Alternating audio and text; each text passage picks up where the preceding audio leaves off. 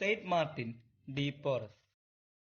December 9, 1579 south അമേരിക്കയിൽ പെരു എന്ന സ്ഥലത്ത് ഡോൺ ജുവാൻ ഡി പോറസിന്റെയും അന്ന വെലാസ്ക്യൂസിന്റെയും മകനായി ജനിച്ചു.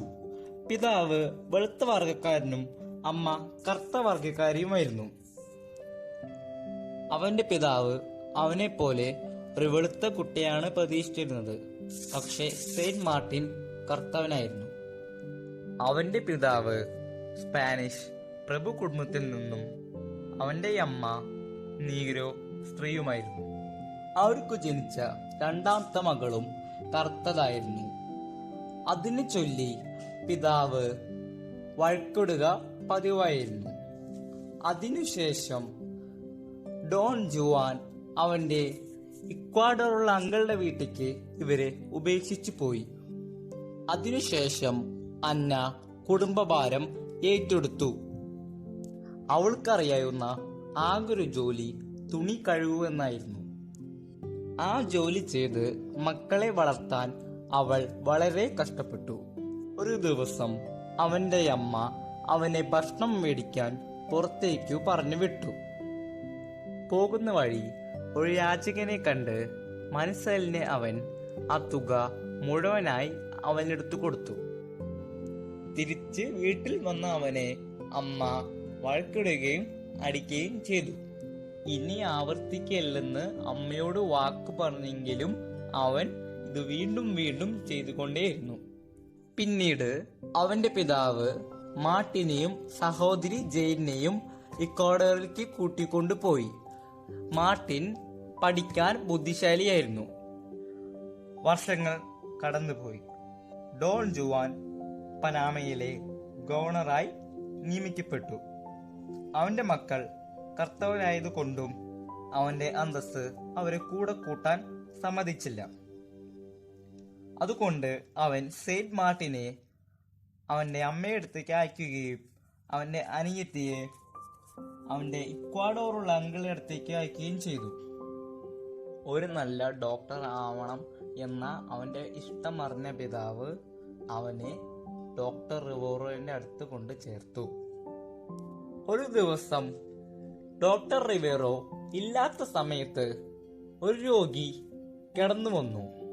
ആ രോഗിയെ സെയിന്റ് മാർട്ടിൻ അതിവിദഗ്ധമായി ചികിത്സിച്ചു. അവന്റെ അറിവിൽ ഡോക്ടർ അത്ഭുതപ്പെട്ടു. എല്ലാ ദിവസവും സെയിന്റ് മാർട്ടിൻ രാത്രിയുടെ യാമങ്ങളിൽ കുരിശുരൂപത്തിന് മുമ്പിൽ മുട്ടുകുത്തി പ്രാർത്ഥനയിൽ മണിക്കൂറുകൾ ചെലവഴിക്കുമായിരുന്നു. ഒരു നല്ല വൈദികനാവാൻ സെയിന്റ് മാർട്ടിൻ ആഗ്രഹിച്ചു. പക്ഷേ അവൻ കർത്തവർഗക്കാരനായതുകൊണ്ടും അന്നത്തെ സാഹചര്യം അനുസരിച്ച് അവന് സാധിച്ചില്ല. 15-ാം വയസ്സിൽ ലീമയിലെ ഡൊമിനിക്കൻ ആശ്രമത്തിൽ ഒരു പരിചാരകനായി ചേർന്നു. അതിൽ അവൻ ആനന്ദിച്ചു. അവൻ നല്ലൊരു ബാർബർ കൂടെയായിരുന്നു. ആശ്രമത്തിലെ എല്ലാവരുടെയും മുടി വെട്ടുന്നത് അവനായിരുന്നു. സെമിനാരിയിൽ അതിരാവിലെ മുതൽ പള്ളിമണികൾ അടിക്കുകയും രാത്രി വരെ പാത്രങ്ങൾ ക്ലീൻ ചെയ്യുകയും ചെയ്യുന്ന വളരെ തിരക്ക് പിടിച്ച ഒരു ലേബറായിരുന്നു സെയിന്റ് മാർട്ടിൻ.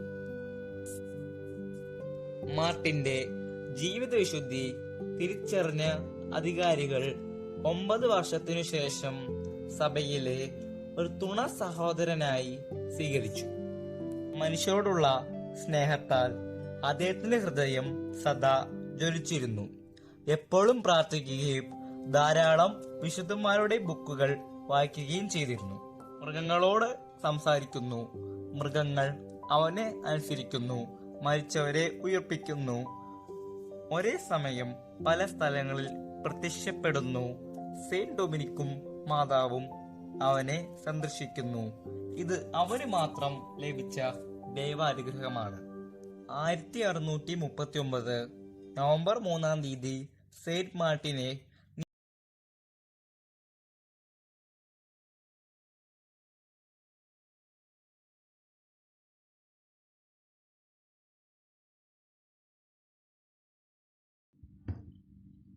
ഈ വിശുദ്ധനെ നിങ്ങൾക്ക് മുന്നിൽ അവതരിപ്പിച്ചത് Aldin Dyson. A J.Y. Salala Media Ministry presentation.